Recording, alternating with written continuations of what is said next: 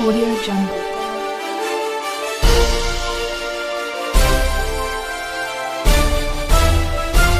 Audio Jungle.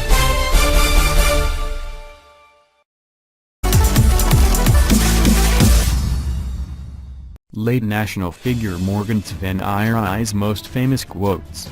From the day I was born, there has always existed a huge disconnect between the stories often told by the elite and those I hear from ordinary people about our country, although we live in the places, and witness the same events around us.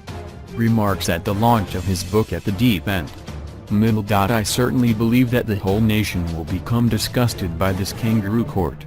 We do not want to put people deliberately in harm's way because of the current lack of accountability in government. We will not be party to any cesarean operation by South Africa. We are not going to have shortcuts and force issues on Zimbabweans.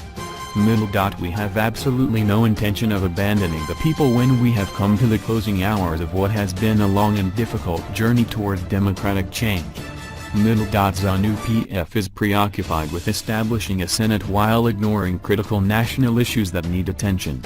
One wonders whether the party thinks it can run the country like a kindergarten center. The movement for democratic change will no longer sit back and watch our supporters being killed. We shall take this violence to their doorstep.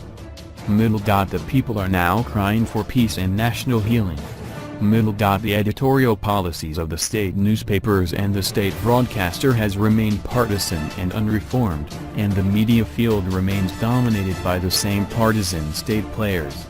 There is a greater and thicker plot around this issue which has undermined my confidence in this relationship.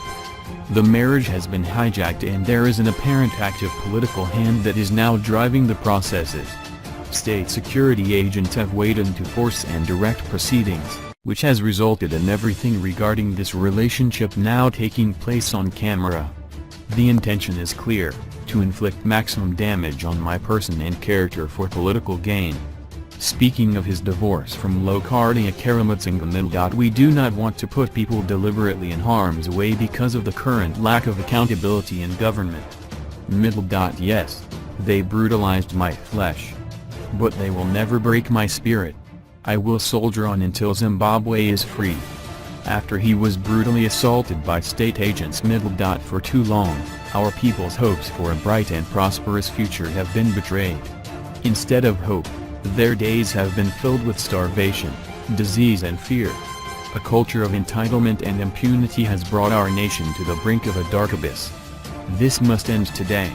Inauguration speech as Zimbabwe's Prime Minister. Economic collapse has forced millions of our most able to flee the country seeking menial jobs, for which they are often overqualified but underpaid.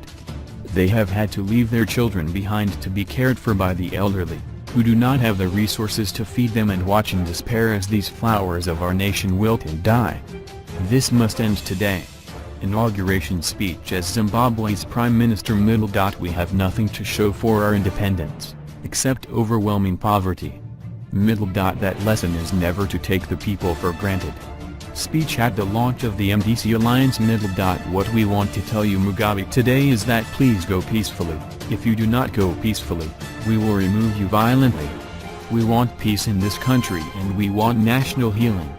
After intense debate and discussion, whereupon the guiding question was whether we compromise with or take on the ZANU-PF dictatorship, the council resolved to stay out of the ZANU-PF Senate project.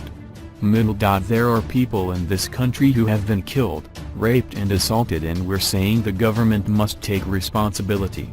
Mugabe has no option but to go. Mrekuti Murkush Hewachikafu? Mukash